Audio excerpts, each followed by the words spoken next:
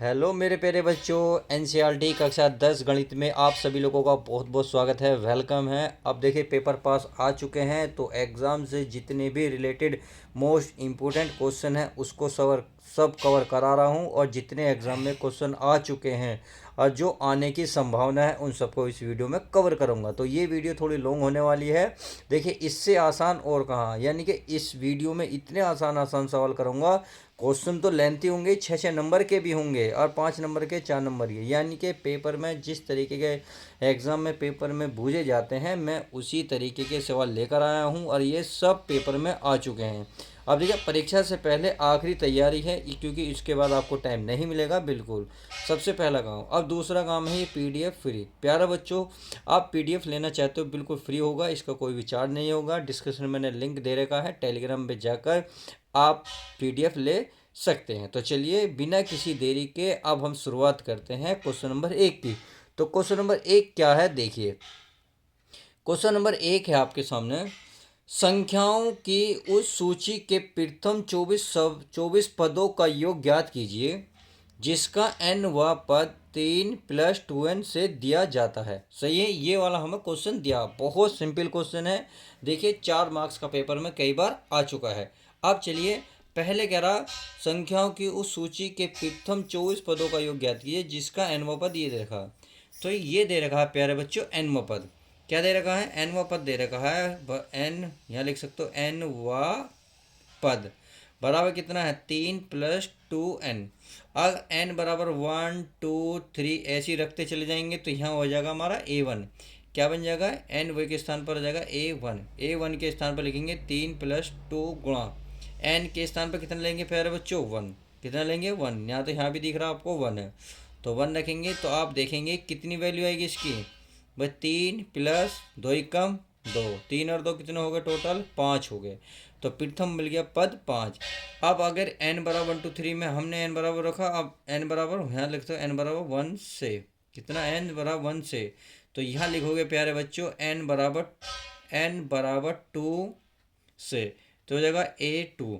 तो 3 प्लस कितना? +2 गुणा 2, क्योंकि n के स्थान पर 1 रखेंगे क्योंकि 1 लिया। अब n के स्थान पर 2 रखेंगे तो 2 दूनी 4, 4 में क्या जोड़ेंगे? 3। तो प्यारे बच्चों ये लिख सकते हो 3 + 4 बराबर 7। तो इस तरीके से आपने देखा 3 + 4 7 आ गए, a2 निकला। ऐसी अगर n बराबर में 3 रखूँ तो बताइए a3 बनेगा। a3 बराबर होगा 3 + 2 गुणा 3। तो देखिए 3 + 2, 3 दूनी 6, 6 और 3 कितने हो गए? 9। इस तरीके से आप देख रहे होंगे सीरीज बन गई। और हमें सीरीज ही चाहिए तो यहाँ हमें क्या कहेंगे? तो यहाँ बन गई, यहाँ बन गई एक तो 5, क्या बना? 5। एक बना प्यारे बच्चों 7, एक बना 9, ऐसे चलता रहेगा। चलिए अब उसने क्या पूछा है? उसने पूछा है 24 पदों का योग, तो इसमें ए और डी चाहिए। तो प्यारे बच्चों ए यानी कि प्रथम पद कितना है? 5। अगर मैं डी निकालूंगा तो डी ये कोई सा भी पद लो, या ऐसे कह सकते हो a2 - a1। सही है। a2 का मान कितना? 7। a1 का मान कितना है? 5। बराबर कितना मिल गया हमें? 2। तो डी का मान मिल गया 2, ए का मिल गया 5। तो इसमें पूछा क्या? 24 पदों का योगफल। बहुत सिंपल सवाल है। चलिए 24 पदों का योगफल निकाल लेते हैं। तो यहाँ लिखेंगे चूंकि n बराबर पदों का योगफल का क्या फॉर्मूला होता है? n/2 2a plus n - 1/2d। Clear? ये होता है। अब यहाँ कह रहा 24 पद, यानी कि n के स्थान पर कितना है? 24। कितने प्यारे बच्चों? 24। तो यहाँ भी रखेंगे 24 बटे में 2 2a का मान कितना है प्यारे बच्चों? दिख रहा है ना आपको? ये रहा 5। तो यहाँ रखेंगे प्यारे बच्चों 5। कितना? चलिए 5 रख लेते हैं, प्लस n का मान 24, 24 - 1, और d का मान कितना? 2। तो d का मान 2। इतनी बात समझ में आ गई? बराबर 2 से भाग दोगे कितनी बार आएगा? 12। कितनी बार आएगा प्यारे बच्चों? 12। तो 12 लिख दिया। ये हो गया 5 दूनी 10, 24 में से 1 गया 23 गुणा 2। तो ये हो गया हमारे पास 12 10 प्लस 23 दूनी 46, 46 में 10 जोड़ दो, कितने हो गए? 56। 56 में गुणा 12 कर लो। अब आप इसका क्या करो?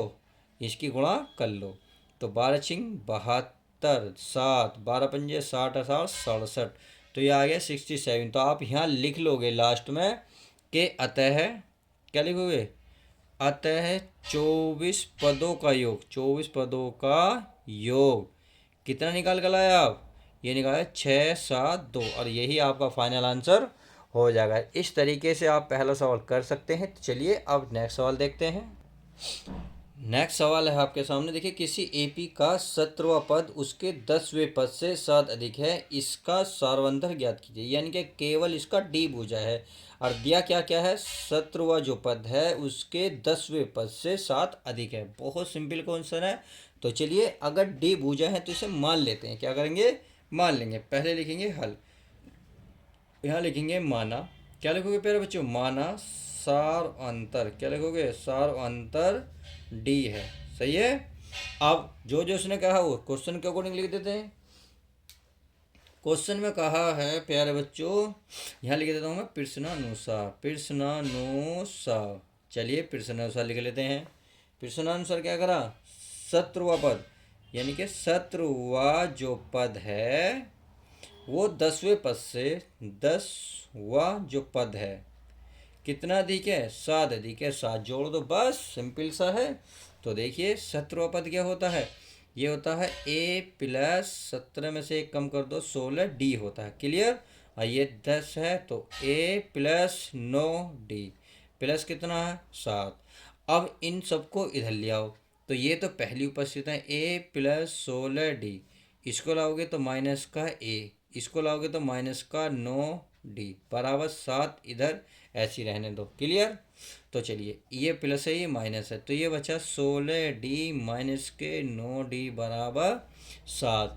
अब देखिए 16 में से 9 जाएंगे तो ये बचेंगे 7d बराबर 7। अब गुणा की चीज़ भाग में है तो भाग में ले जाओ प्यारे बच्चों, तो ये हो गया 7/7। और जब आपको 7 से 7 भाग दोगे कितना आ जाएगा, 1। तो उसने क्या पूछा था, सारवंतर।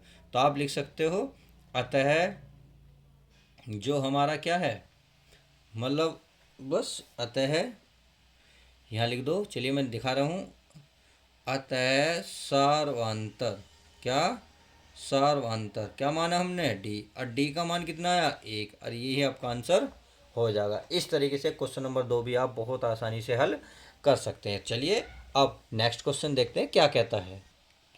नेक्स्ट क्वेश्चन आपका, एक एपी के 15 पदों का योग क्या है। यानी कि क्वेश्चन पूछा है ये क्या है, जिसके और अंतिम पद क्रम से, अरे यह जिसके नहीं होगा ये प्यारे बच्चों ये होगा, यानी कि 5 है, 5 होगा प्रथम। यहाँ गलती से लिखा गया पर प्यारे बच्चों यहाँ क्या है, प्रथम है, यानी कि जिस, अरे यूँ तो सही होगा जी, जिसके, यहाँ लिख रहा हूँ मैं, जिसके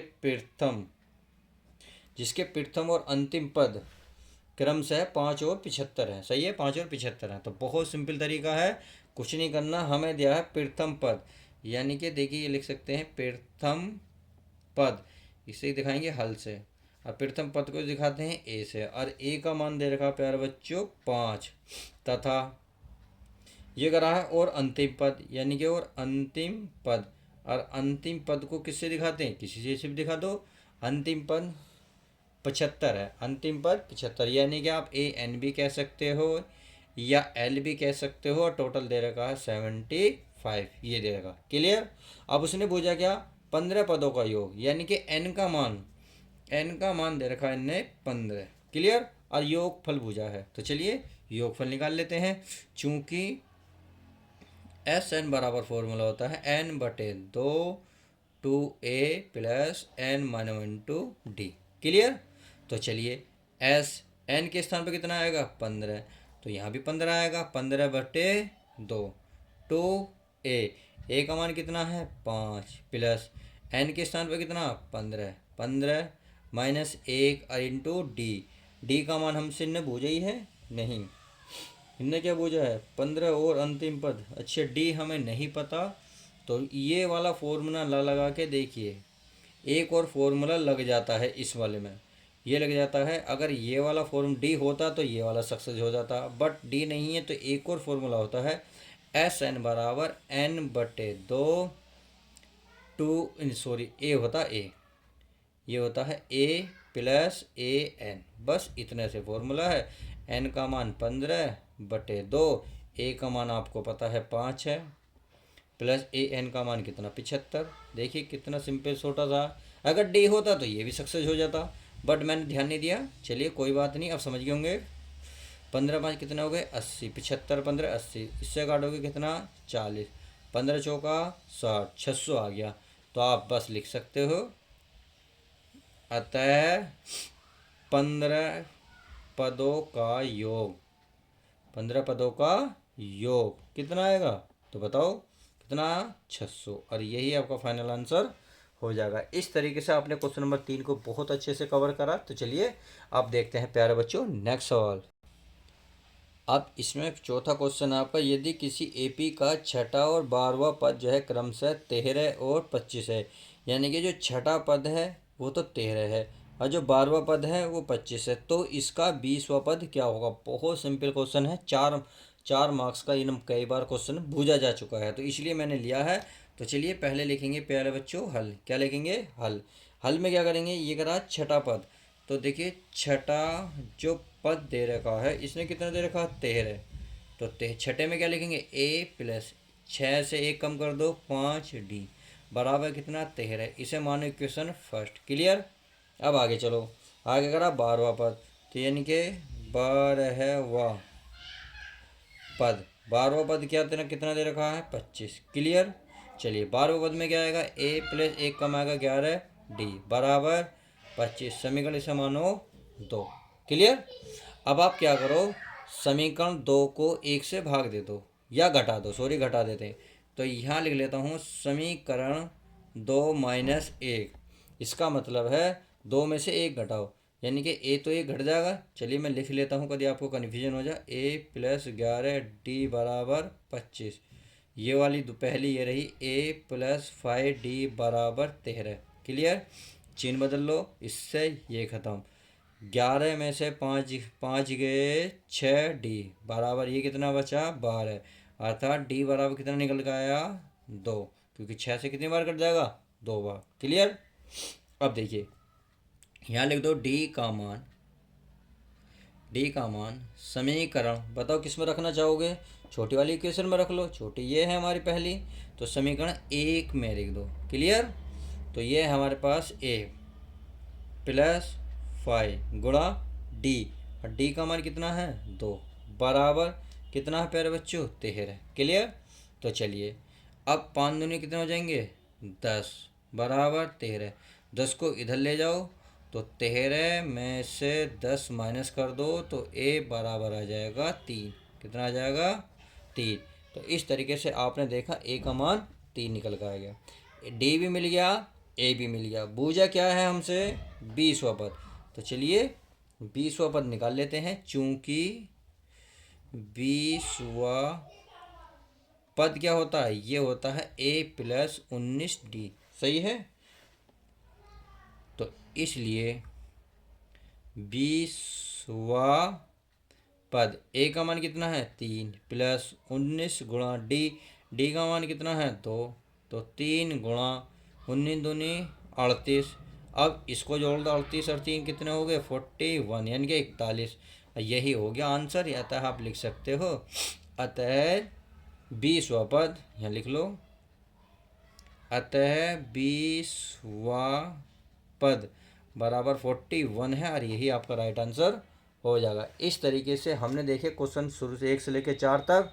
तो चलिए अब नेक्स्ट क्वेश्चन बहुत धमाकेदार आने वाला है, चलिए उसकी भी शुरुआत करते हैं।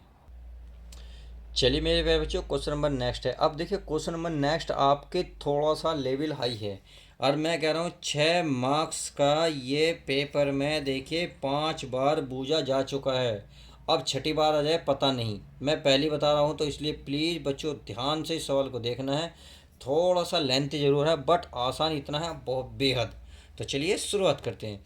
ये कह रहा है थेल्सपुर में, यदि किसी त्रिभुज की एक भुजा के समांतर, यानी कि कोई त्रिभुज है किसी उसकी एक भुजा के समांतर अन्य दो भुजाओं को भिन्न भिन्न बिंदुओं पर प्रतिच्छेद करने के लिए एक रेखा खींची जाए तो ये अन्य दो भुजाएं एक ही अनुपात में विभाजित हो जाते हैं। ये हमें प्रूफ करना।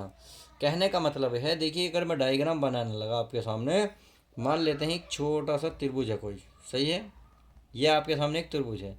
तो ये कह रहा है त्रिभुज की किसी एक भुजा के समांतर अन्य दो भुजाओं पर कोई बिंदु प्रतिच्छेद और उससे एक रेखा खींच दें। कहने का मतलब है, मान लो ये एक रेखा है त्रिभुज की, इसके समांतर मान लेते हैं 2 पॉइंट हैं, ये मिल गए। अब इसको एक रेखा द्वारा ये मिलाते हैं, मिल गई, ये मिल गई। वो ये कह रहा था कि यदि त्रिभुज एक भुजा के समांतर अन्य दो भुजाओं को भिन्न भिन्न बिंदुओं पर प्रतिच्छेद करने के लिए एक रेखा खींची जाए, यानी भिन्न भिन्न बिंदुओं पर एक रेखा खींची जाए तो ये अन्य दो भुजाएं एक ही अनुपात में विभक्त होंगी, यानी कि ये वाली भुजा आपस में अनुपात में बराबर विभक्त होंगी। अब देखिए इनका नाम रख लेते हैं, ये ए, ये आपका बी और ये आपका सी। क्लियर। अब देखिए, अब आपको पहले क्या क्या दिया है वो हम लिख लेते हैं, और क्या हमें सिद्ध करना है ये हम पहले लिख लेंगे। तो चलिए पहले लिखेंगे हल। क्या लिखेंगे पहले बच्चों? हल। चलिए मैं हल लिख लेता हूँ। यहाँ लिखेंगे दिया है, दिया है, क्या दिया है कि एक त्रिभुज ए बी सी है सामने, जिसमें जो है बी सी किसके समांतर है? मान लो कोई नाम दे देता हूँ, चलिए इसका नाम देता हूँ, इसका नाम पी, इसका नाम दे देता हूँ Q. B C P Q के समांतर है। तो यहाँ लिख लूँगा जिसमें जो बी सी है किसके समांतर है? पी क्यू के देखिए समांतर की लाइन है, पी क्यू के समांतर है। क्लियर। अब सिद्ध क्या करना है, ये भी लिख देता हूँ। देखिए ये लिखना सिद्ध करना है, सिद्ध करना है हमारे पास ए पी, यानी कि ए पी बटे पी बी बराबर ए क्यू बटे क्यू अस्सी। ये हमें बच्चों प्रूफ करना है, क्योंकि ये तो कह रहा कि अन्य दो भुजाएं एक ही अनुपात में विभाजित हो जाती है, कि एक ही अनुपात आना चाहिए इस वाली भुजा का और इस वाली भुजा का। तो चलिए पहले क्या करते हैं, अब यहाँ लिखते हैं रचना। पहले हम क्या करेंगे, देखिए इससे अगर हम एक लंब डालें इस वाली भुजा पर ए क्यू पर, तो लंब डाला तो यहाँ कौन सा एंगल बनेगा? 90 का। कितना बनेगा? 90 का। समझ में आ गया। तो चलिए मैं यहाँ पहले लिख लेता हूँ रचना। क्या? रचना। लो मैंने लिख लिया है रचना। अब इसे प्रूफ करते हैं। पहले क्या करा हमने? पी से क्या ए क्यू पर, तो लिखेंगे ए क्यू पर क्या करा हमने? एक लंब डाला। क्या डाला प्यारे बच्चों? लंब। कौन सा? पी। चलिए इसका मैं कुछ नाम दे देता हूँ, इसका नाम चलिए मान लो एम दे देता हूँ, इसका नाम एम है। तो एक लंब डाला पी एम। क्या? पी एम खींचा, या डाला, कुछ भी लिख सकते हो, खींचा डाला, तथा क्यू से लंब क्यू एन। देखिए क्यू एन कहाँ आएगा मैं लास्ट में बता दूंगा, क्योंकि इस चित्र में बनाऊंगा तो ये जो है ना, देखिए एक तो ऐसे खींचना है, एक ऐसे खींचना, तो मैं अलग अलग बताऊंगा। चलिए इसको बाद में लिख देते हैं, आप इसको छोड़ सकते हैं खींचा, क्योंकि इसे मैं बाद में लिखवा दूंगा नीचे। क्लियर। चलिए अगर मैं अब करता हूँ उत्पत्ति। क्या? उत्पत्ति। चलिए उत्पत्ति की बात कर लेते हैं। तो इसमें डाल लेता हूँ मैं त्रिभुज, इसमें डाल लेता हूँ मेरा त्रिभुज ए पी और क्यू में। इस वाले त्रिभुज की बात करूँ, ऊपर वाले की, किसकी? इसकी। दिख रही है? तो ए पी क्यू का क्षेत्रफल निकाल लो जरा। चलिए क्षेत्रफल निकाल लेते हैं। तो त्रिभुज का क्षेत्रफल क्या होता है? 1/2 आधार गुणा ऊंचाई। अब आधार देखिए, ये हमने लंब डाला इस वाली भुजा पर ए क्यू पर, तो आधार यही तो बना ए क्यू, तो ये बना ए क्यू गुणा ऊंचाई। अब बताओ इस त्रिभुज की जो ऊंचाई है कौन सी है? भाई ये त्रिभुज है आपके सामने, ये वाला है, ये है। अब इस त्रिभुज की जो ऊंचाई ये वाली होगी, बिल्कुल होगी, नहीं होगी? कौन सी हो जा? P M. तो यहाँ लिख दो पी एम। क्या लिख दो? P M. और इसे इक्वेशन कह दो प्यारे बच्चों फर्स्ट। समझ में आ गई? चलिए अच्छी बात है। अब यहाँ से लंब डाला तो एक में यहाँ से भी लंब डालता हूँ। ये यहाँ से देखिए पी से डालेंगे। अब इस पे लंब डाला इस तरीके से हमने डाल दिया। चलिए ये डाल दिया। तो ये अब देखिए भाई आप इस त्रिभुज को ध्यान से देखिए, अगर मैं इस त्रिभुज की बात करूं, ये रहा, तो इसकी ऊंचाई हो गई, ये इसका आधार हो गया, बस निकल गया। तो सीधा भी इसका भी क्षेत्रफल निकालेंगे, किसका, पी क्यू सी का क्षेत्रफल। क्या लिखेंगे, त्रिभुज पी क्यू सी का प्यारे बच्चों क्षेत्रफल निकालो। चलिए, तो 1/2 गुणा, क्या लिखेंगे, 1/2 क्यू सी, क्योंकि आधार क्या है, ये रहा त्रिभुज का। भाई आप त्रिभुज निकालना लगोगे तो एक तो सीधी लाइन ये रही, एक हमारी ये रही, एक हमारी इस तरीके से है। तो ये तो हो गया हमारा आधार सी, ये है क्यू, ये हमारा पी, तो ये तो हो गया हमारा आधार। तो आधार क्या लिखेंगे, क्यू सी, क्या, क्यू सी गुणा, अब गुणा ऊंचाई, ऊंचाई क्या, पी क्यू, क्या है प्यारे बच्चों, पी क्यू। तो चलिए पी क्यू लिख देते हैं, पी क्यू।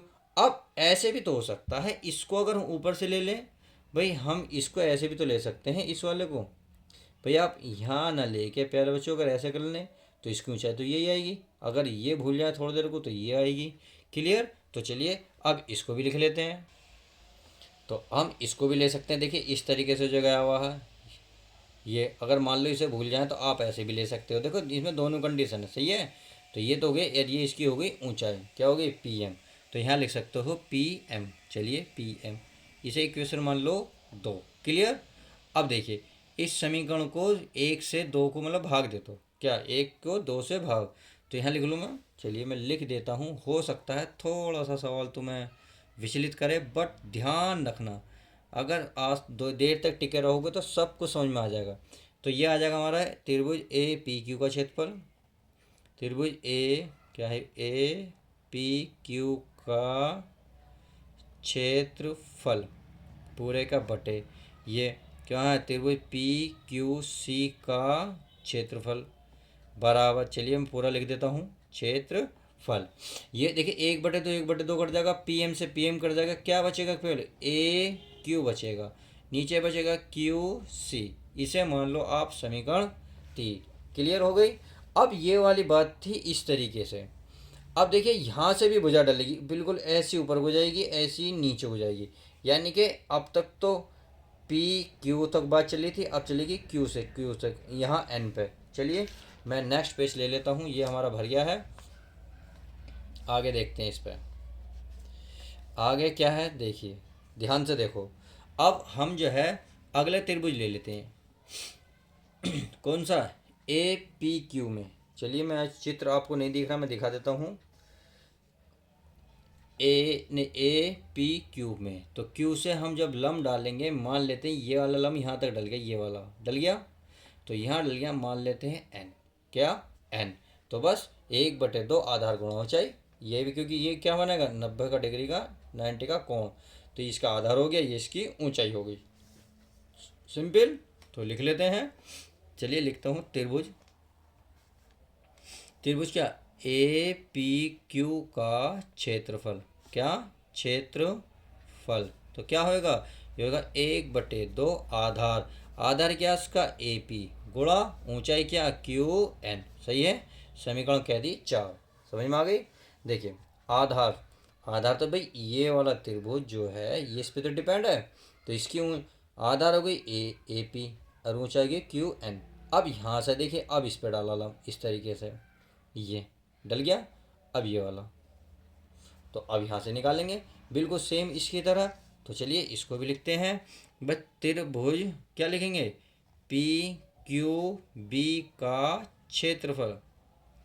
तो चलिए इसका भी निकाल लेते हैं, 1/2 क्या निकलेगा, तो पी बी गुणा क्यू एन। क्लियर। इसका समीकरण हो गई 5। अब क्या करो, समीकरण 4 - 5 कर दो। तो चलिए भाग लिख लेते हैं, सॉरी भाग ही करी थी हमने पिछली, तो ये भी भाग ही होगी, 4/5। क्लियर। तो ये लिख लेते हैं त्रिभुज ए पी क्यू का क्षेत्रफल। चलिए लिख लिया, उम्मीद है इतनी बात समझ में आ गई होगी। अब ये वाला त्रिभुज पी क्यू बी का क्षेत्रफल। क्लियर। चलिए अब देखिए 1/2, 1/2 कट गया, क्यू एन से क्यू एन कट गया, ये बच गया आपके पास ए पी, और ये बच गया आपके पास पी बी। ये समीकरण हो गई आपकी 6। कितनी हो गई, 6। तो आपने देखा समीकरण 3 में हमने क्षेत्रफल निकाला, समीकरण 6 में क्षेत्रफल निकाला। अब आप खुद बताएं, यहाँ आपको दो समांतर रेखाएं दिख रही होंगी, इस तरीके से दिख रही हैं। चलिए मैं यहाँ बना देता हूँ। अब जब ये दो समांतर रेखा, आपको एक चीज़ पता होनी चाहिए, दो समांतर रेखाओं के बीच अगर मान लो कोई त्रिभुज बनता है ऐसे, और वो दो त्रिभुज बनते, एक तो ये बन गया, एक हमारा ये बन गया। जब दो त्रिभुज बन गए तो इनका जो क्षेत्रफल होता है आपस में क्या होता है, बराबर। क्या होता है प्यारे बच्चों, बराबर। अब देखिए इसमें, देखो आपके सामने दो समांतर रेखाएं, एक ये रही, एक ये रही। तो आपने देखा एक त्रिभुज तो हमारा ये बन गया। अब एक त्रिभुज हमारा ये बन गया। चाहे ऐसे देख लो, ऐसे आपको दो त्रिभुज नजर आ रहे होंगे। यानी कि दो समांतर रेखाओं के बीच बने त्रिभुज का क्षेत्रफल आपस में क्या होता है, बराबर। माय डियर स्टूडेंट, क्या होता है, बराबर। तो बस उसे ही लिखोगे। तो चलिए मैं थोड़ा सा लिख भी देता हूँ ताकि आपको जो मैंने बोला है वो लिखने से समझ में जल्दी आ जाएगा। यहाँ मैं लिख सकता हूँ भाई, त्रिभुज पी क्यू सी तथा, यह वह लिख सकते हो, त्रिभुज पी क्यू बी दो क्या है, समान आधार। एक तो है पी क्यू, क्या है, पी क्यू बताई थी, पी क्यू, यही पी और क्यू, क्लियर, पी क्यू तथा दो समांतर, क्या लिखें, दो समांतर रेखाओं। चलिए लिखने में टाइम लगता है, दो रेखाओं के बीच, क्या, दो रेखाओं के बीच बने हैं, यानी कि पी क्यू दो समान आधार के जो पी क्यू हैं, दो समांतर रेखाओं के बीच बने हैं। तब क्या लिखोगे, तब जो त्रिभुज है पी क्यू सी का क्षेत्रफल कोमा त्रिभुज पी क्यू बी के क्षेत्रफल के बराबर होगा। बस आपको इतना छापना है। अतः फिर आप लिख देंगे, अतः क्या लिखोगे, अतः जो आप दिखाया ए पी बटे पी बी बराबर ए क्यू बटे क्यू सी। देखिए इसी से देखिए भाई, ये आपके सामने है ए क्यू बटे क्यू सी, ए पी बटे ए पी। तो मैंने यही लिखा है, देखिए ए पी बटे पी बी, ये रहा ए पी बटे पी बी बराबर है ए क्यू बटे क्यू सी। और यही हमें प्रूफ करना था, हैंस प्रूफ, यही हमें प्रूफ करना था। उम्मीद है ये बात अच्छे से समझ में आपके आ गई होगी। तो चलिए माय डियर स्टूडेंट, अब मिलते हैं नेक्स्ट वीडियो में ऐसे ही धमाकेदार सवालों के साथ। जब तक के लिए दोस्तों good bye, take care, love you guys. प्यारे बच्चों अपना फोकस रखें, ध्यान रखें।